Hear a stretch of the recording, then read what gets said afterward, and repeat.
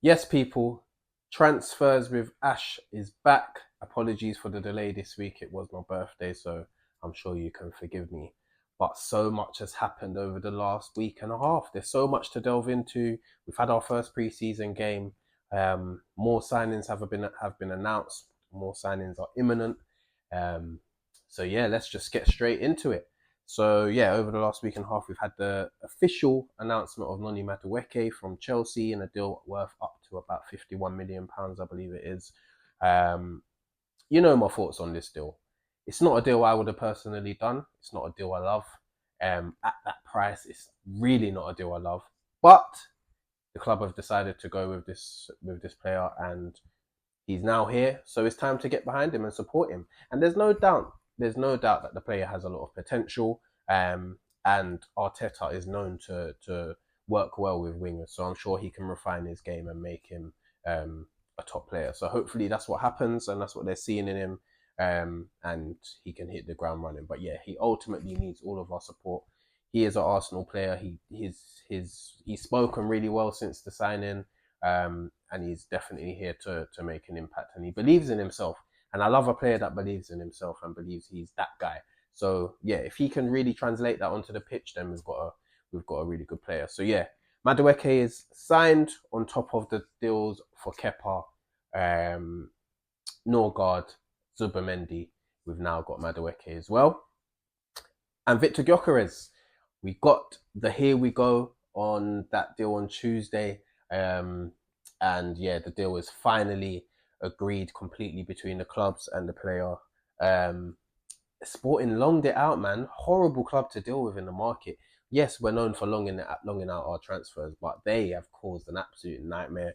Gyokores has sacrificed himself for the deal. He's done everything he can to get this deal done, and that is why I am so happy that he's signing for this club. It's gonna be a big signing. He's gonna score goals. He's gonna have moments where he's looking a bit clunky here and there, but he's gonna score goals. I have no doubt about it, and he's gonna score a lot of them because of his mentality and belief in himself, um, and his hunger to succeed. So big him up, big up his agent as well for taking a loss in commission for the deal as well.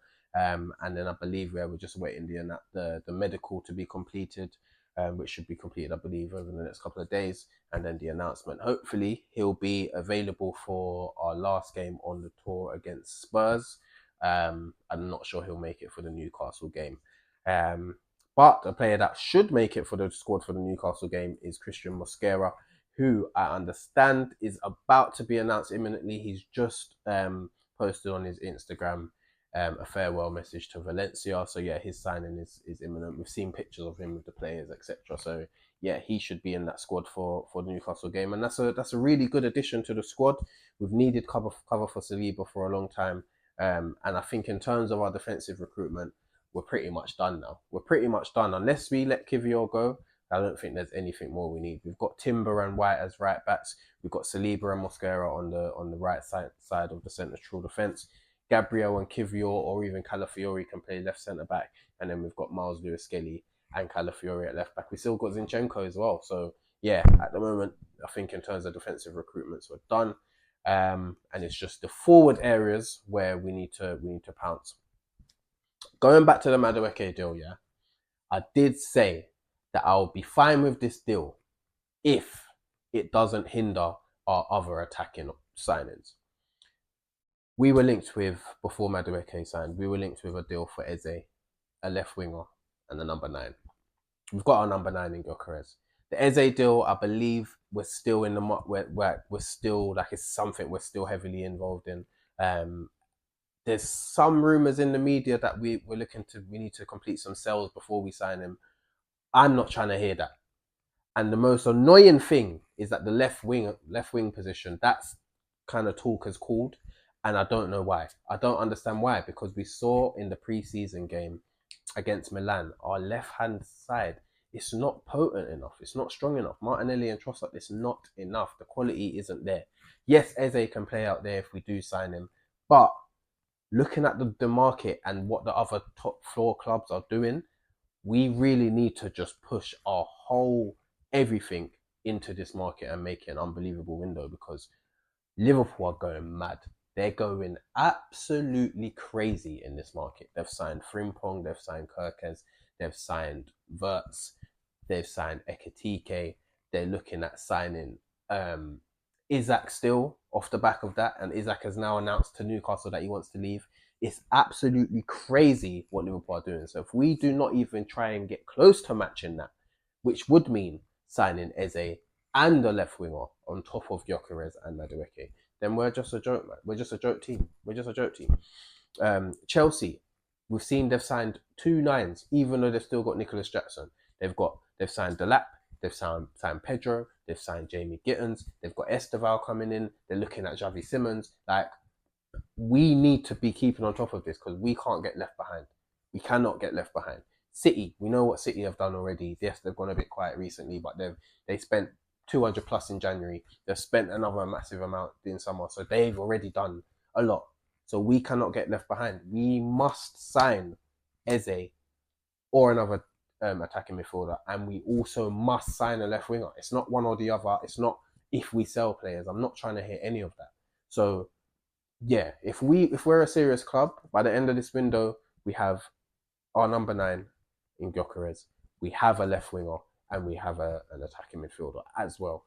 Regardless of whether we manage to sell Trossard or Martinelli or whatever, whoever, Nelson, Zinchenko, we must do that business because otherwise we're going to get left behind. Like I said, we need to go that extra step, which is in the attacking areas of the pitch. So yeah, we'll see what happens. But from the reports that I'm hearing, I'm not too happy. And now Alexander Isak is on the market. And I'm not mad at the club for doing what they've done and moving fast and getting a number 9.